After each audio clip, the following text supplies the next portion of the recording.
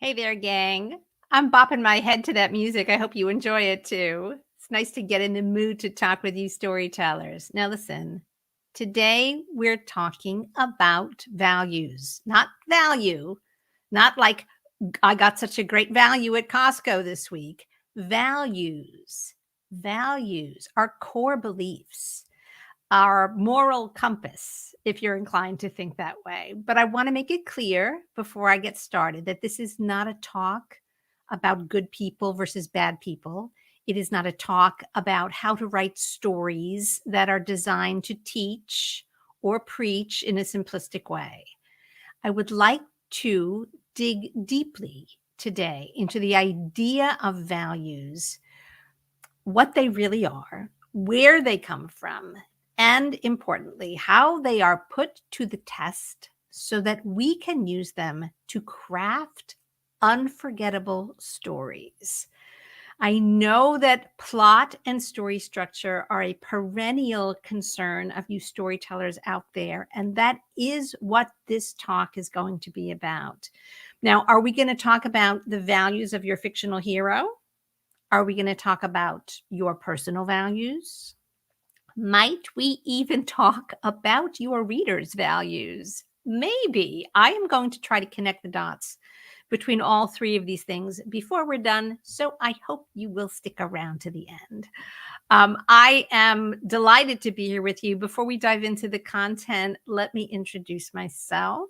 My name is Mary Rose Wood. I myself am an author. I'm best known for writing middle grade fiction. I am very proud to have so far 14 published novels, all with Big Five publishers.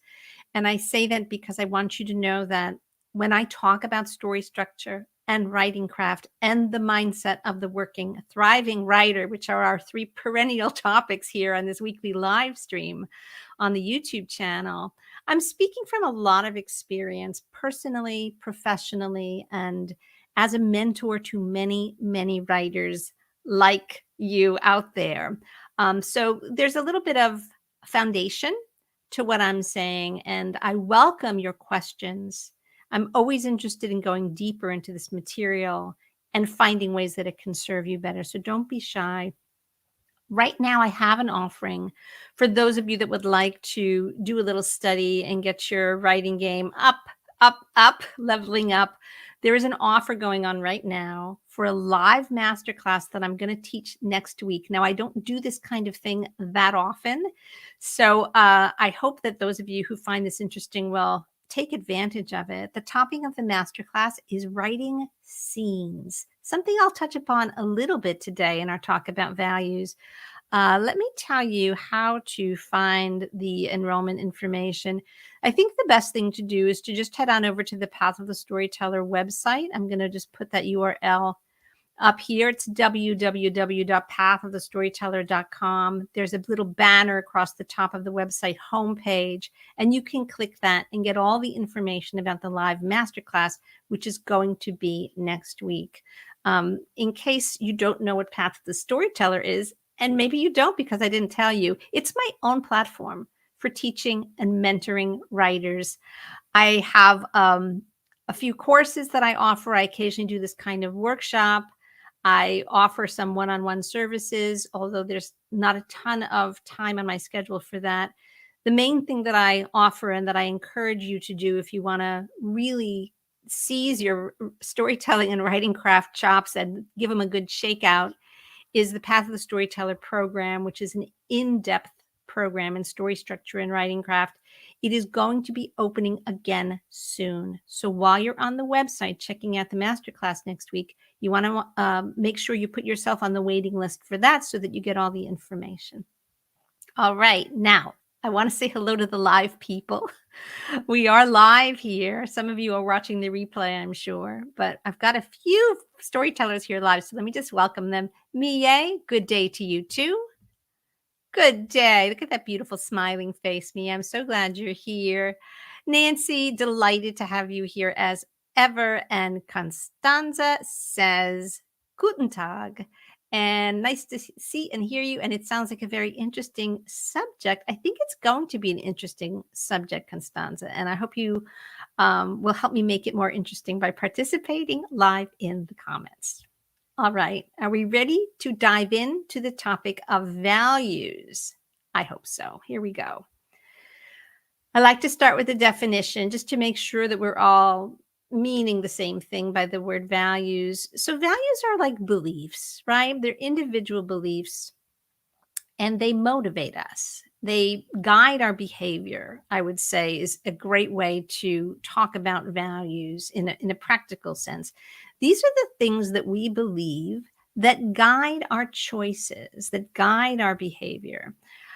You might call them our motivations. And I'm going to return to that word because it's a super important word for storytellers.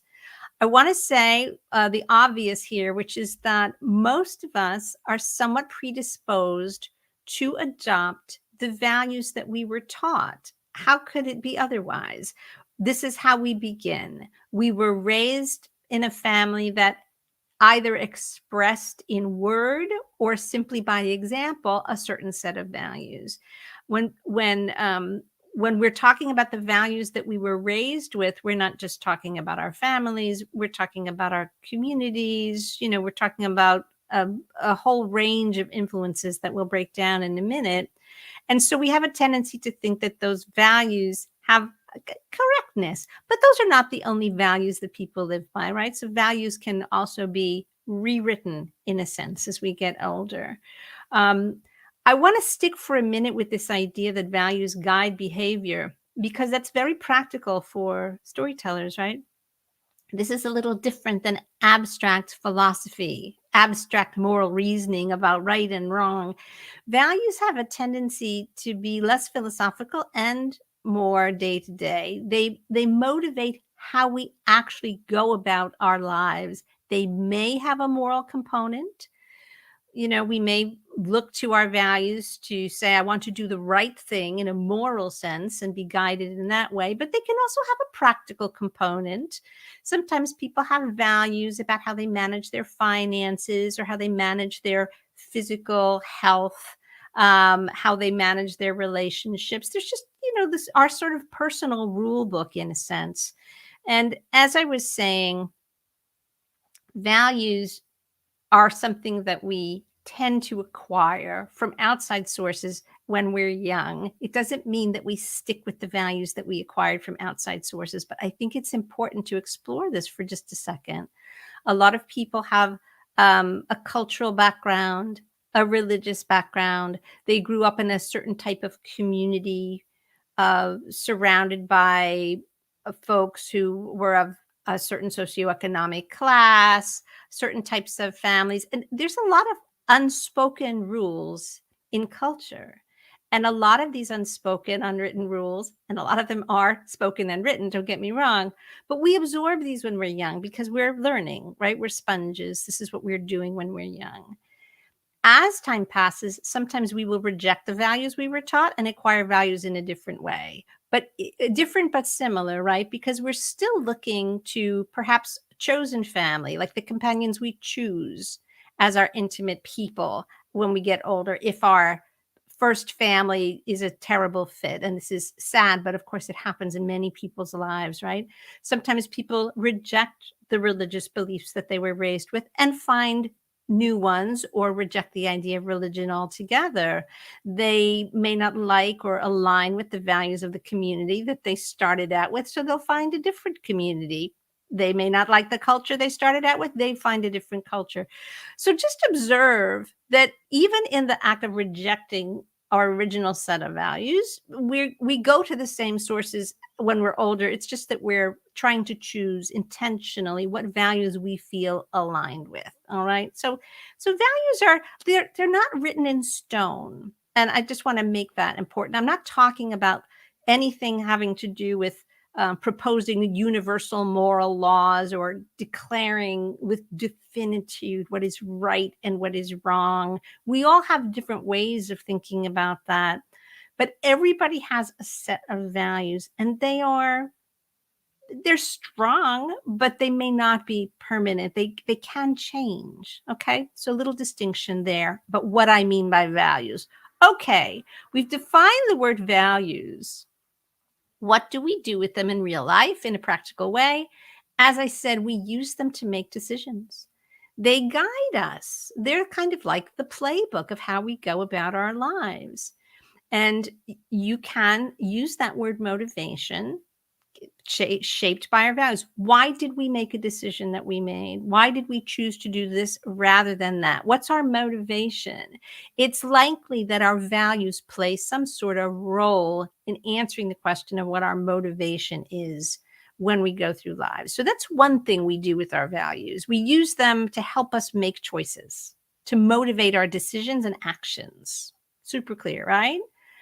There's another thing that we do with our values that relates a little bit to the idea of where they came from, which is that we use our values to feel part of a group. When we have values and we meet other people who have similar values to us, it feels really good. It feels like home. It feels like we found our tribe, right? And if we haven't found people that share our values, we may feel very isolated. We may feel at odds with our environment and our community.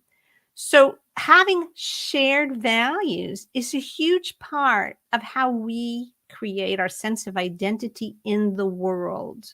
And that's really important too.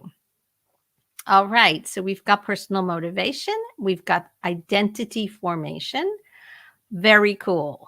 So when our values are aligned with the world we live in, our sense of them may seem simple. It may seem almost instinctive. We may feel like, well, it's obvious what to do, right? We have a conscience, like we've got a little Jiminy Cricket type figure living on our shoulder. And we mostly know what the right thing to do is because our values and our circumstances match up. Our values have kind of been like the rule book matches the game we're playing, right? That makes sense. All right. Now here's where this gets interesting.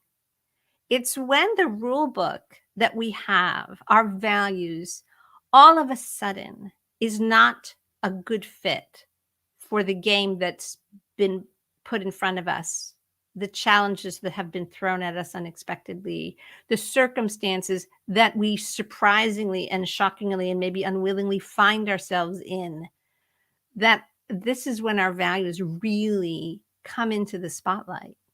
Because now our rule book doesn't work. We can't be an automatic pilot about it, right? We have to start interrogating our values. We don't have a script to follow. And now we've got to really examine our motivations and our identity. Now, isn't this starting to sound like a really great story? Well, if you're thinking that, you're right, because hard choices and high stakes, unprecedented situations are the very stuff that great stories are made of. We don't write great stories in order to put our heroes in situations where they already know what to do. We don't give them challenges that they know how to handle. We don't ask them to make decisions where the way ahead is clear. We are on purpose creating the very types of situations for our heroes where they have to put their values to the test. Now, this is a really interesting way to think about how we develop our stories. Many writers, and I certainly have taught many writers story structure. We go through all kinds of types of challenges that our protagonists must face. And we talk about forces of opposition. And we talk a lot about being an active hero. But what we don't talk about enough, which is why I want to talk about it today, is what constitutes the proper sort of struggle often has a values component. And if you're not making your hero not just struggle with what to do, but what what my values are, how do my values drive my decision making moment after moment, maybe there's like a well of story energy that you haven't fully tapped. How does your hero decide what to do next? How far are they willing to go to get what they want? When they find themselves all of a sudden in opposition with a character that maybe formerly was on their side, how do they handle it? Right? So these are really, really fun questions to ask. What I want to do now is I want to talk about 5 really story specific ways that values can turn the tide of a scene or of how you conceive of your story. So I'm going to go through them. If you've got questions, by all means, leave them in the comments and we'll look at them one by one. But I want to talk about these 5 ways that values can really shape your storytelling. Okay? The first way is what I call the values of the unsustainable world. Now, anyone who's trained with me in story structure knows what I mean by unsustainable world, but let me explain it for those of you who are new here. Um, when your story begins, you've got a character who's already, in some sense, in trouble. This is a common mistake, by the way, that writers make, which is that they start writing a story and they introduce trouble on page 10. It's too late. The trouble is built in, it's baked into the premise, or should be, before the story even begins. Whoever your main character is in a situation that is a bad fit. It doesn't quite work for a whole variety of reasons, but are possible. Maybe it's a character who's got within themselves a flaw that needs to be fixed, like an Ebenezer Scrooge type character. Maybe it's a character who's been oppressed and is in a situation where they cannot thrive, like a Jane Eyre type character. We can talk about a lot of different examples, but the important thing is that this trouble is there. It's a bad fit. Now, one of the ways that we can brainstorm just how our hero is in this predicament is to look at the bad alignment between the values of the world that they're in and their personal values. And if it's a young person like Jane Eyre, for example, in the opening of Jane Eyre, well, where do her personal values come from if there's such a bad fit with her family? Well, this is one of the things we love about a character like Jane Eyre, which is she has a kind of a natural moral genius. She has integrity. She is a fighter. She's got a kind of a built-in self-respect. She knows on some level that she's not being treated well, that she deserves better. This is a very, very compelling quality, right, to imbue in a character. So think about the values of your hero's environment, world, setting, and how the way they themselves experience their values may be a misfit. This can be a really powerful question to ask when you're deciding exactly what journey of transformation your character is going to need to go on. The other thing about the values of this opening world is that it can provide really valuable backstory for the reader that kind of lay out the rules of the game so that they can start to understand what the stakes are for your hero. If, for example, I don't know, your protagonist is maybe the Prince of Denmark, say his name is Hamlet, and the values of the world that he lives in have to do with the fact that when a king dies, his firstborn son becomes king, and that's how it's supposed to go. Like, that's a set of values that is embedded in the culture. And so when our hero has the experience before the storytelling even begins that his father has died, but somehow his uncle has become king, something's wrong. It's a misfit. Like, the values have collided, right? And so this sense of establishing the rules of the game can be very fruitful thing to do, and it can be based on the values of the world itself, like the playbook, how the world is supposed to work. So once we have our hero in an unsustainable world, stuff's going to happen. And eventually, by the end of the first act, our hero is going to choose or have thrust upon him or her or be whisked into some sort of adventure that is going to carry them through the entirety of the second act of our story. I call this the mission because it has a purpose and it has high stakes, and it's something that your hero has to do. It's something they have to accomplish. And the very idea of the word mission kind of suggests that there are some values at stake. What's the values driven question about how to choose your hero's mission? Well, think about it. What sorts of things are worth fighting for?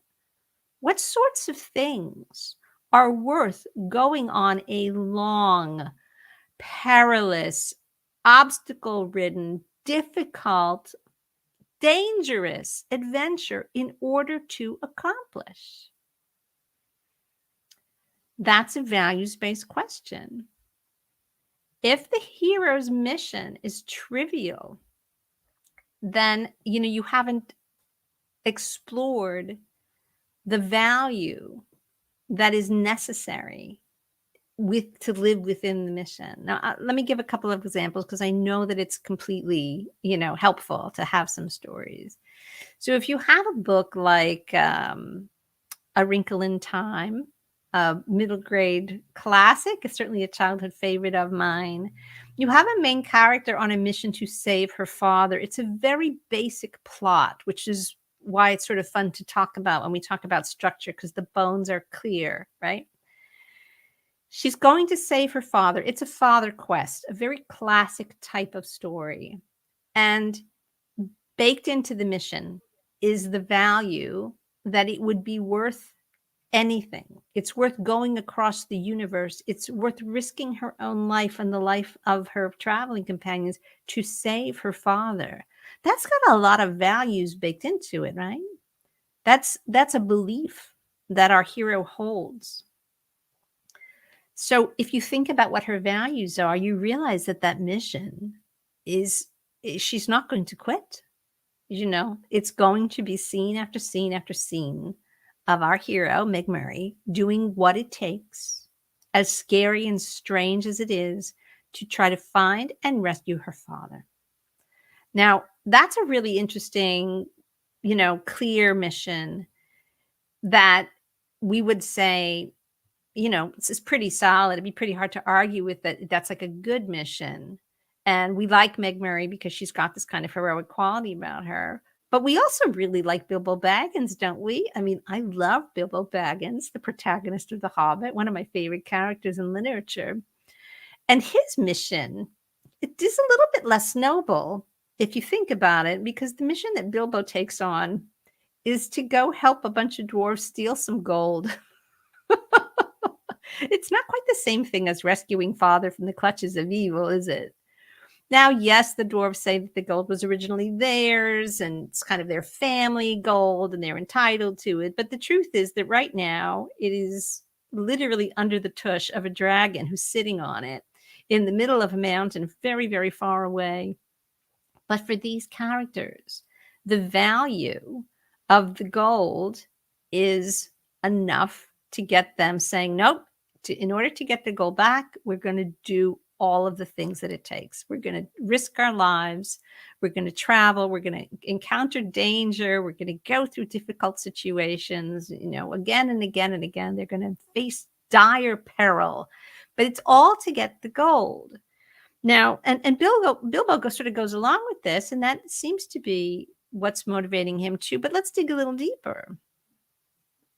Why do they want the gold? Well, they want the gold because it's a family thing. It's a family thing. They feel that it belongs to them. It's righting an ancient wrong. It's putting in their mind, like seizing justice, seizing back what was stolen from them. So it has this quality that is much more of a values-driven quality than simply saying, we like gold, we'd like some, so we're going to go get that gold from the dragon. Now, gold is a desirable thing as a value. That's a belief, right? So that's an interesting belief, a value that these characters have. It motivates them that they believe that gold is valuable, but it motivates them probably tenfold that they believe the gold is rightfully theirs. And so there's this quality of what? Vengeance, restitution, right? So these are powerful ideas with moral heft. That's what's motivating them. Bilbo, interestingly, is the hero. He doesn't really have that depth of, he likes material things, but he has material things. He certainly doesn't really need the gold, but he does like the idea of the gold. He's not particularly moved by any ancestral need for restitution. It's not his gold. He's just kind of a hired hand. They actually bring him on to be what they call the burglar. But Bilbo goes. And so what values does Bilbo have that he's struggling with?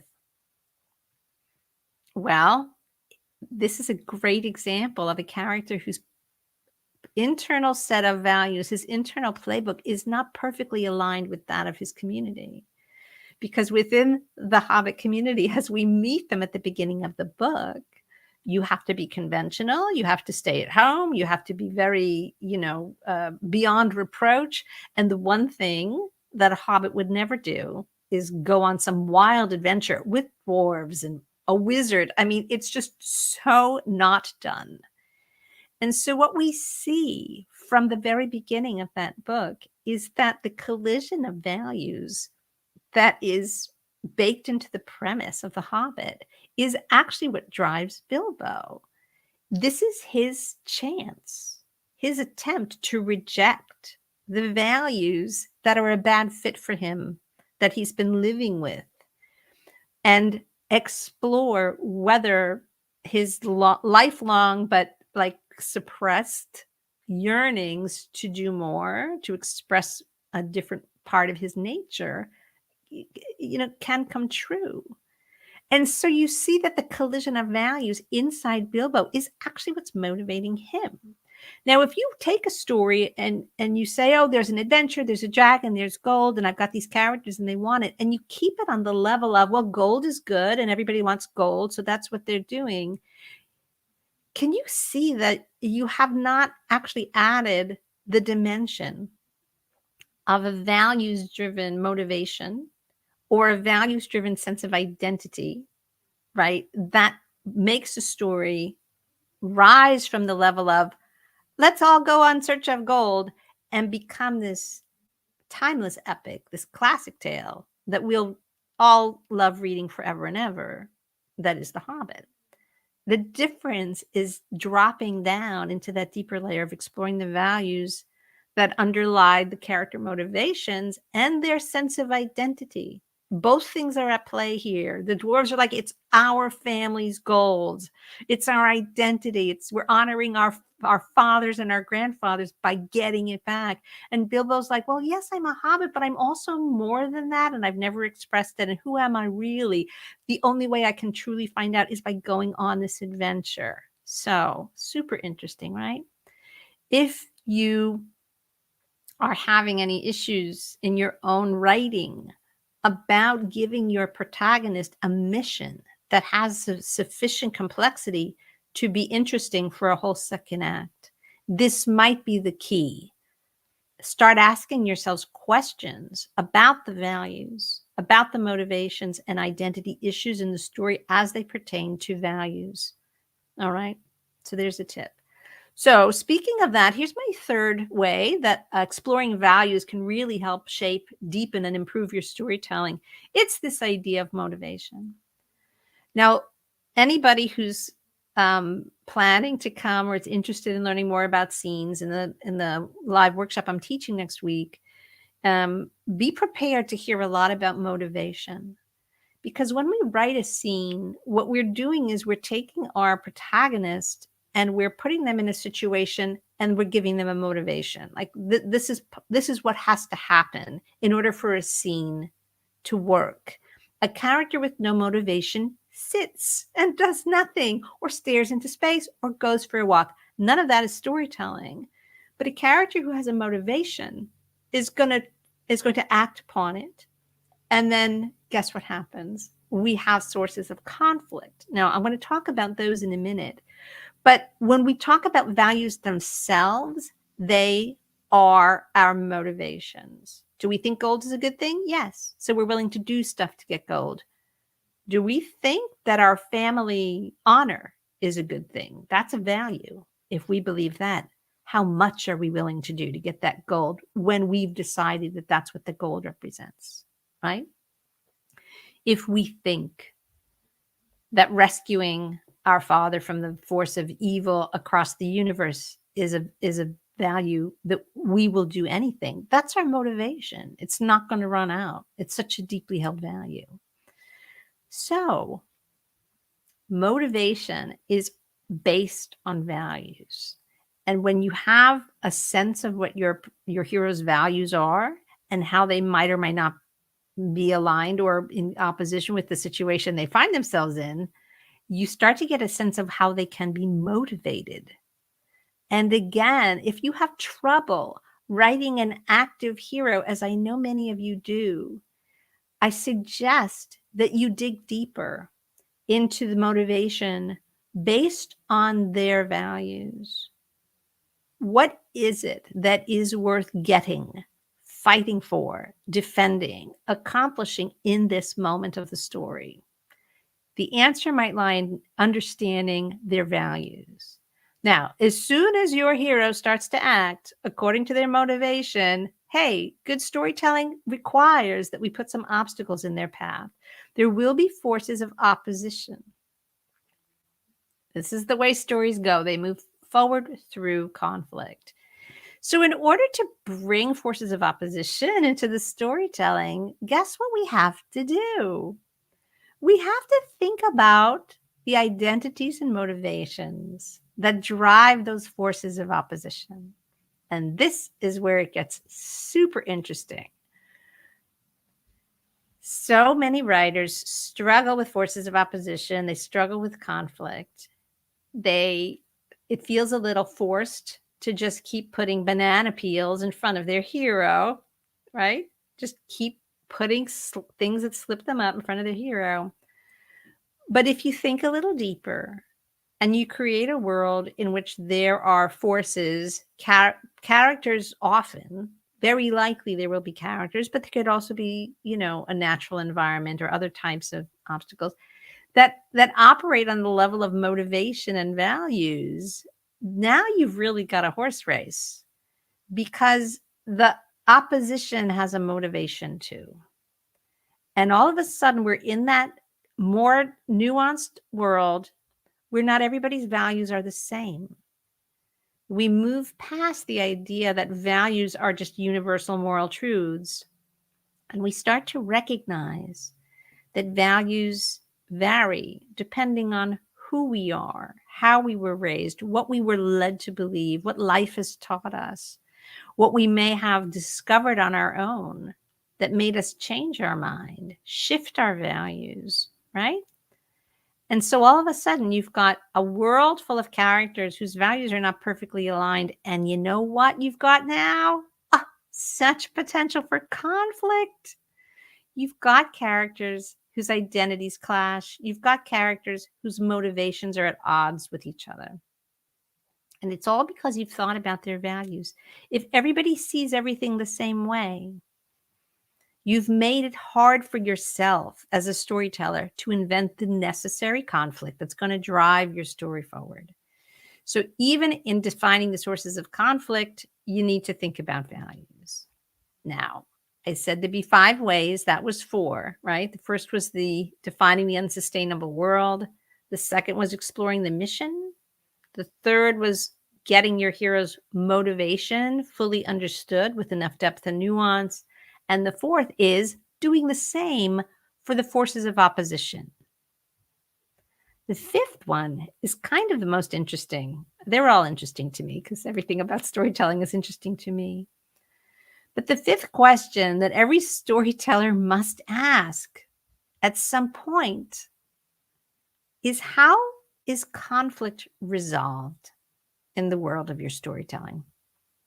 This is one of the great values-based questions, right? How do we resolve conflict? It's easier to get into than it is to get out of. Am I right?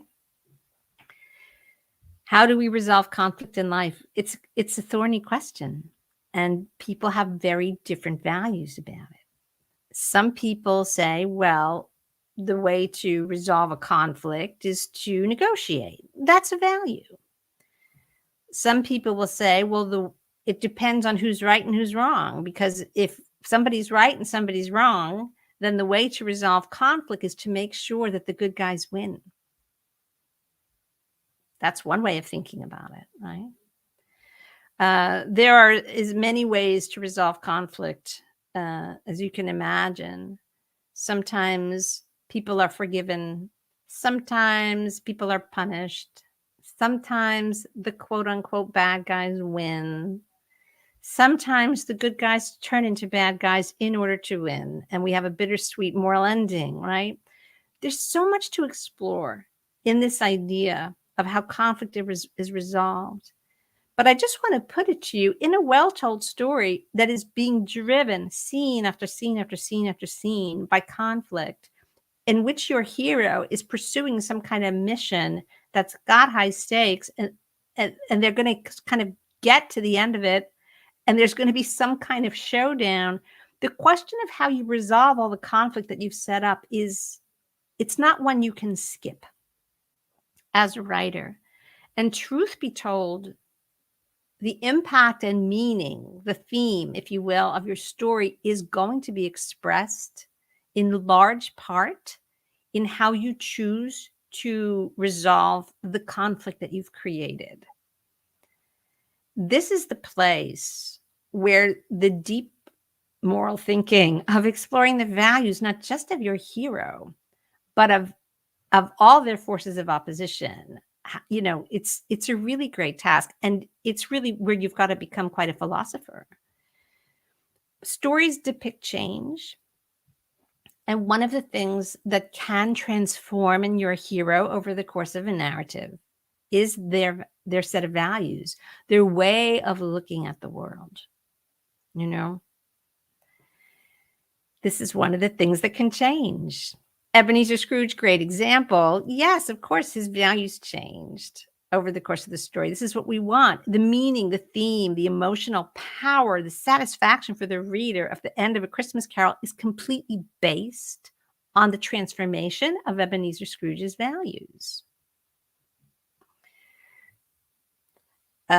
If you want to look at The Hobbit again, are Bilbo's values changed by the end? Yes, they are. One of the things that's so wonderful about the third act of The Hobbit is that despite the fact that the entire book is about getting the gold back from the dragon, the position that we find our hero in the third act is that he does not care for the gold. He does not want it. He refuses to take it. They have to force him to take it at the end, and he only takes a little bit. And what he does is he replaces the value of the gold with the value of peace. And he sacrifices gold for peace. The fact that that book turns ultimately on such a profound shift of values in the protagonist is why it is a classic.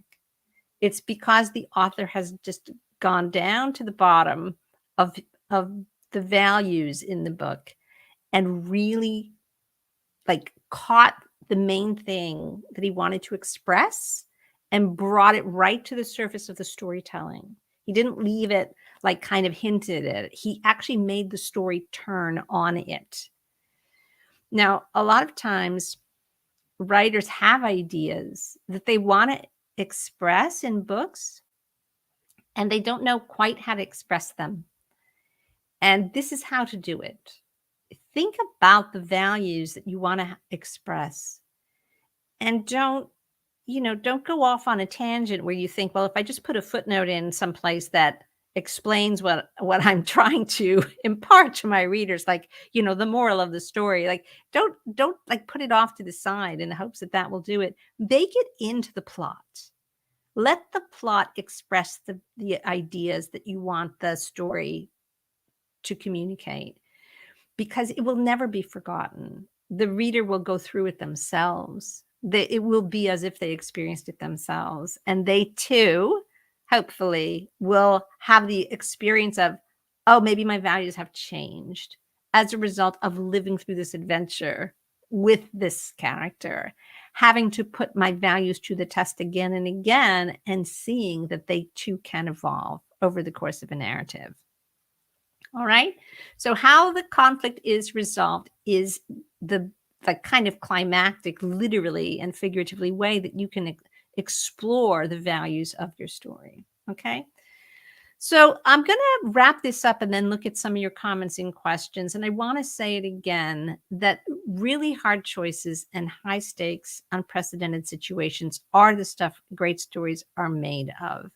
So if you are not imagining scenes where your hero's values are put to the test, if you're leaving them in familiar situations where they have a playbook and they know how to act, and everybody around them is saying, yep, that's the right thing to do, we're all in agreement, you haven't understood the necessity of putting values to the test in storytelling. All right. And I want you to dig deeper. And it's not just like dig deeper so that your book will last forever like The Hobbit. I mean, of course, we should all do that. I hold you all to a very high level of expectation. I think we should always be swinging for that fence. But it also makes your life easier as a storyteller, because I know what writers struggle with. They have trouble understanding why their hero needs to change in the first place. They have trouble understanding what the mission should be, or even defining it, coming up with a mission that has enough in it, enough story energy in it to sustain an entire second act. They have trouble coming up with real motivations for their hero that seem interesting and matter, not just like superficial seeking comfort type motivations, the kind of motivations that arise from being thrown into a situation where your playbook is now useless and you've got to look within yourself and say, well, what do I think I should do? What is my motivation? What values can guide me now that I'm in a situation that the values I had don't even apply to? All right. This is the kind of thing you need to do. And you'll start to think of missions that are worthy of a book. All right. When you have trouble activating your hero, they're understanding their values are going to help you find their motivations. If you have trouble finding enough conflict to keep your story moving forward, think about the values of your forces of opposition. Fully explore them. Make them complicated. Two-dimensional bad guys who have no motivations are not that interesting. They're really not that interesting. And it's not that just that they're not interesting to the reader. They don't sufficiently challenge your hero.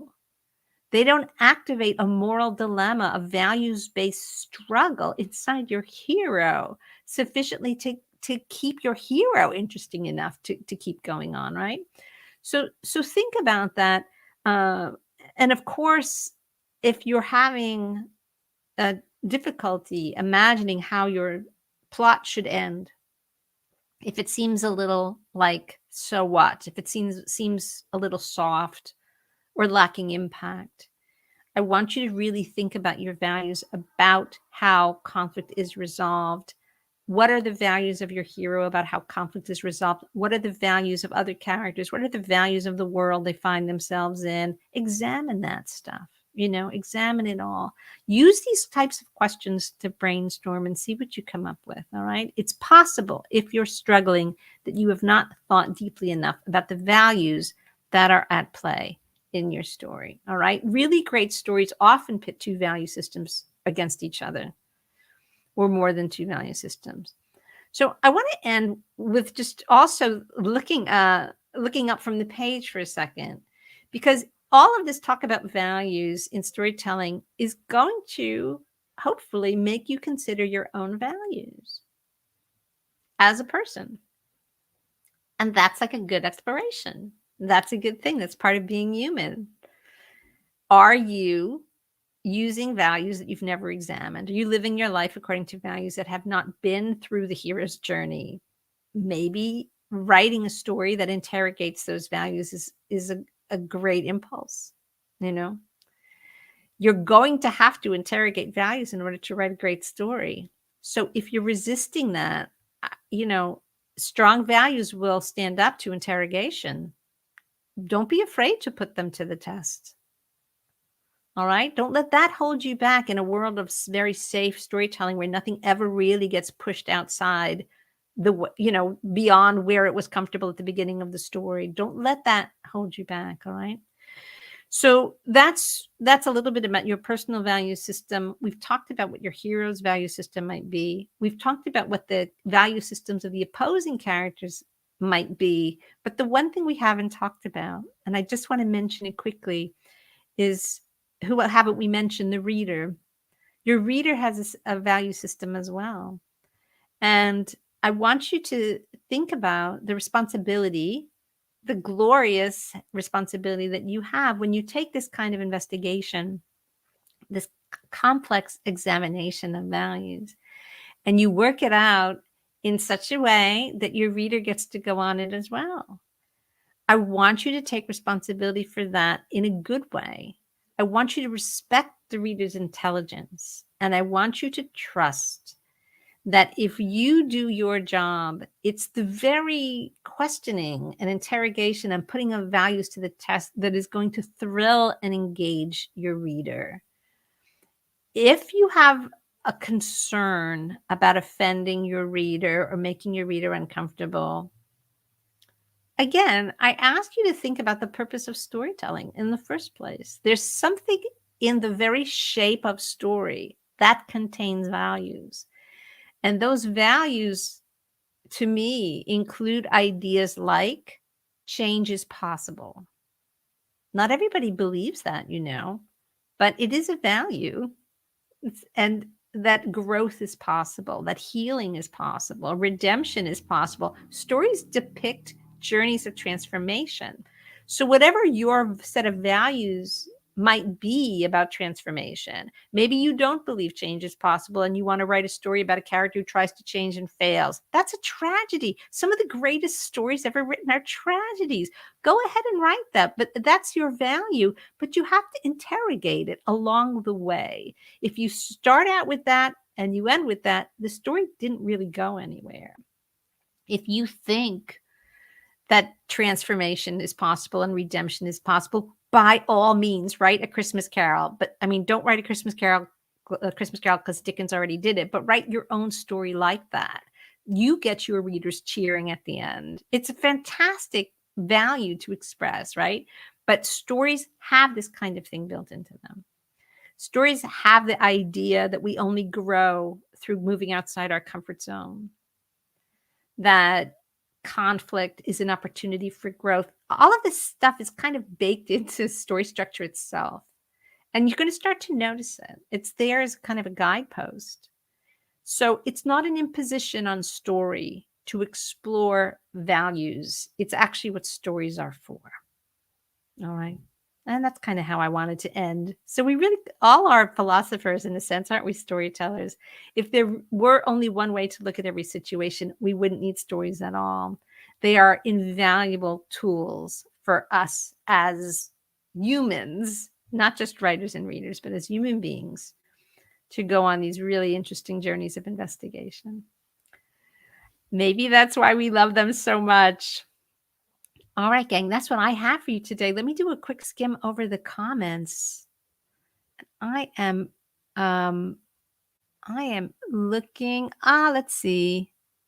Constanza has brought up Scarlett O'Hara from Gone with the Wind, a very complex figure, very interesting character.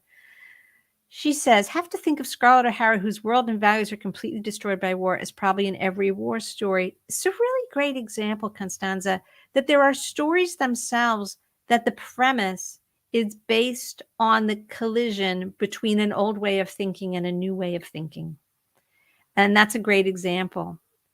And I'm sure we can think of others, but this idea that there was a way of living, a way of being, and it's changing, and there's resistance to change. That's a collision of old values and new values. Um, that it's a really, really great template for a values-driven plot. Wonderful example. Laura is here. So great to see you, Laura. Laura is thinking about external versus internal values. And I think that's probably in reference to talking about the values that we have that maybe do have more of a moral uh, character versus our kind of rules for behavior, right? Which could be very socially constructed. And all of those are gold in storytelling. They're pure gold in storytelling. You can have a collision of values just by having a character not have the right accent. I'm thinking of My Fair Lady, of course, right? A character's behavior is at odds with the values of the society that she finds herself forced into. And from that, an incredible, timeless story is written. Jaron makes an interesting argument here. When carefully examining an author's work, unless one author is making a deliberate effort to hide them, said author's values can be easily identified therein. Also, extremely formal construction, Jaron. I think you've really thought about this. I'm going to leave this comment for you all to debate. How easy is it to figure out what the author thinks, what the author's opinion is about what they've written? Um, I I think, Jaron, I probably tend to agree with you more than not, but I also think that it's a very interesting question to debate. And we will end with this lovely comment from Nancy, who says, it seems like values and therefore motivation are at the bedrock of character creation. I can't argue with that. I think that that is a really great observation. And when we talk about character, we can never talk about character without talking about story, because the story itself rises from, the story energy that we've got swirling around in order to bring the character on that arc of transformation. So character and story are two sides of the same coin. Really nice. Simone offers a thank you. Simone, I'm so glad you're here, and thank you for another fabulous lecture. I learned so much. I am so pleased that this was a benefit to you, and I love having you here. Terrific. Hey, gang, this was a really fun discussion. Thank you so much for hanging out and letting me talk about this interesting topic with you. I hope it gives you some stuff to think about and some practical tools for your own writing, some good questions that you can ask to help you brainstorm, dig a little deeper into the stuff that you're writing. And if you're stuck in any of the ways that we talked about today, try thinking about the values at work and see if that helps you sort of turn the problem in a different direction so that you can start to see some solutions. I thank you all for coming so much. Again, I want to remind you, if you're not subscribed to the YouTube channel, please subscribe. I would love to have you as a subscriber. If you're interested in knowing more about Path of the Storyteller in general and getting maybe the information about next week's live masterclass, just go over to that website. It's pathofthestoryteller.com. You can join the mailing list there, and you can also click directly on the banner at the top of the site, so you can go directly to the information about the live masterclass. Enrollment is open through Friday night at midnight Pacific for next week's live masterclass. And I would love to have some of you come on in. It's all about making scenes. All right, gang. I am looking forward to seeing you again, but I'm not going to see you next week. You know why? Because I'm going to be teaching this live masterclass. In the meantime, if you have any topics you want me to talk about in the future, just leave them in the comments. I love your suggestions. It's so great to hear what's on your minds. All right. Thanks again. I will see you soon. And until then, happy writing.